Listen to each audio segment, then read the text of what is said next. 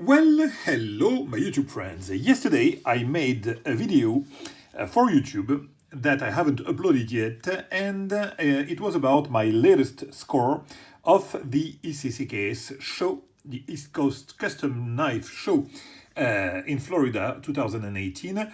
And in fact, it was the latest of my scores, but I forgot that this show had still some surprises, very nice surprises for me.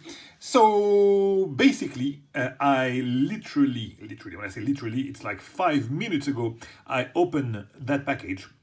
So I'm going to do that kind of review that I like to do, which is the one in the heat of the moment, just right off the bat, just right after opening the case, the box, and those are the video, of course, that I like the most. It's even more unprepared than the usual one. So that knife was clearly one of the showstopper there. It was one of the lottery from Jonas. So I've talked about Jonas because I have another knife from Jonas, which is on my right side. This is the only prepared thing that I did, and which will be an interesting part of that video, I hope. So that knife was one of Jonas' knife lottery, and of course it catch my eyes for the reason I'm gonna describe after, but first of all, for the reason of it being it, because how can you not be crazy? Check that. I mean, those holes, perforating holes, like you can see through the knife from here to there.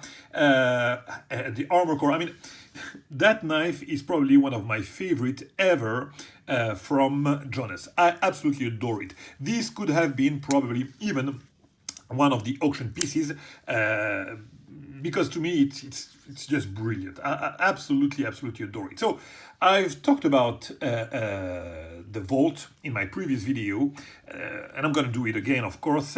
What I like about it, I've talked about Jonas. You know, that young kid, he's doing tremendous things. He's already now at the top of the game, as you have seen on my previous video, and hopefully as I will convey also on this one.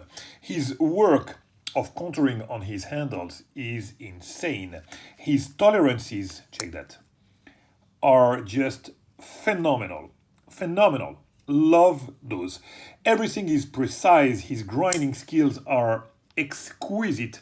I've talked about that on the other one, but I will show it again. The armor core, I mean, I will do the review, okay? So basically, this knife was one of the pieces in the lottery and was clearly one of the showstopper. I'm gonna try to present it to you like that, so beautiful. One of the showstopper. Everyone was crazy about that knife, and of course I was one of those. I haven't won the lottery, and I was happy actually, because you know, the scores that I made there were incredible. Let me show you that knife while doing my usual rants. Check the precision and the beautifulness of that armor core. Oh man, the hand rub that you have here on the satin part are insane. Centering is perfect. I'm gonna do the review. I've thought about I've said that. So yes, I was really happy with the scores that I did there. Really, as I have said on my previous video on Instagram and everything, I was like overwhelmed with my Marsh, with my Vic, with my, oh man, I was super happy. So not getting this one was a bit of frustration, but not much. And especially since the guy who won it is a dealer, and Byron, and he sold it to one of my favorite friends. So I was extremely happy for him to get that knife. I wanted him to be able to enjoy that knife. But the thing is that this great friend of mine, he's great by the quality of the relation that I have with him, and also he's great by his size. He's a gigantic man, and this little knife couldn't fit his paws. He's got humongous hands. I'm not even sure he could have a reach on that one. So he loved the knife, of course, but he just couldn't handle it. in his gigantic hands. That's why he offered it to me, and I couldn't be happier than that, because now I get to have that knife in my collection. So now, why I was especially fond for that one, and I especially wanted it to pair with my other knife. So now is the time where I have to introduce you this Volt, which was an auction piece that I acquired directly from Jonas. It was an auction, like I said, and I was quite content with that knife, as you have probably heard me say in my video about it. Exquisite. Check those grind lines, not the grind lines, I mean the hand rub lines that follow each grind. Boom, this one going a little bit up, this one straight, and the other one down. That knife is exquisite. So why I wanted to pair those two? So it's very simple. Here you have the first knife that I got was a full dressed handle with some EDC accent. So the full frame is in Mokutai, but the backspacer, the clip, as well as the blade are EDC version in hand rubbed and a satin finish here. So full dressed EDC accents, okay? Now, check this one. It's the mirror opposite of this one. So everywhere you're gonna have the dressy part, this is gonna be EDC, and everywhere you're gonna have some dressy part here, this is gonna be EDC. So the blade, hand rubbed, EDC. Here, beautiful armor core blade, very dressy. Here, full Mokutai frame. Here you're gonna have this beautiful orange peel and very EDC friendly finish. Here, plain. Here, whole pattern. Here you're gonna have, can you stay like that? No, you can't. Here you're gonna have the backspacer in Mokutai, and here you're gonna have the backspacer in EDC version satin. And the same for the clip. Here it's going to be satin, sorry about that, and here it's going to be Mokutai, okay? So that right there immediately caught my attention, and that is why I really wanted to pair those two. And I knew eventually, since my buddy had it, Matt, that I eventually will get to pair those two knives, just because they are beautiful first, but they match so well. And the other thing that is really nice is that it is exactly the same pattern of Mokutai that I have here, and the one that is used for the backspacer and the clip. I'm sorry about the quality of this video, it's awful, but it's the same, exactly same pattern, same pieces of Mokutai. So this is even better to match those two, which is really something that I appreciate. I love pairing my knives. Now, a word a little bit again about the Volt. So you have here a very nice package. It's a very nice EDC, my friend. This is a knife that you can definitely use for all your EDC tasks. It carries so well. Here you have the index. Here the rest of your normal palms. I'm sorry about the gloves, but I didn't want to mess with the Mokutai, the Time Masker, sorry. So very nice grab. This has a bit of recurve here, so it's kind of kinky, I was gonna say, crazy. It's kind of unusual because this is recurved, this you have, I mean, but again, I've used a little bit the other one. This blade length here is the one that you want to use. For almost every day task, you can use that big Tanto-ish. Yeah, it's a Tanto mat. We were going to argue about if this can enter the category of a Tanto. This is definitely a Tanto style blade. So yeah, that big and long Tanto here, you can use it for everyday task. It works really well. Now, check this piece of, oh, I've talked about the contouring. You've seen it. I'm sorry again about the quality of the video. Let me try to show you that. You see that?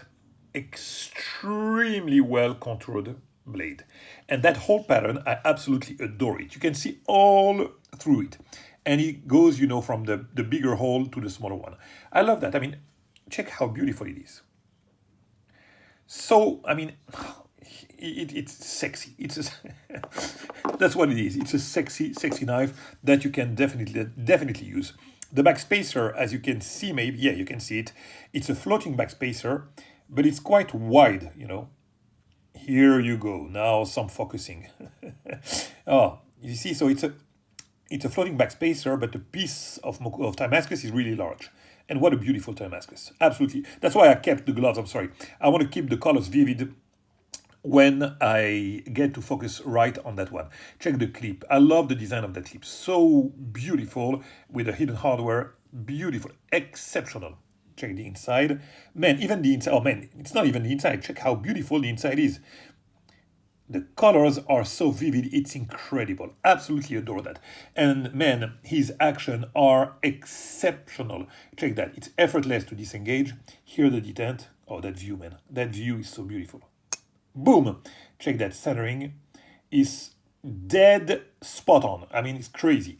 The action is sublime. I love his detent. I mean, those are snappy thumb stud opening. You cannot really deploy it smoothly. You see, when you have to break the detent. So it's a strong detent. It's not strong as if you cannot just deploy it, but strong as snappy action. Okay, so this one you don't have really the. Let me see. No, you see, no, you don't have the option to open it to deploy it smoothly like that. It's a flicker, okay? But, oh man, those are the best way to play with knife. With a strong detent like that, it doesn't open by accident. Of course, this is rock solid.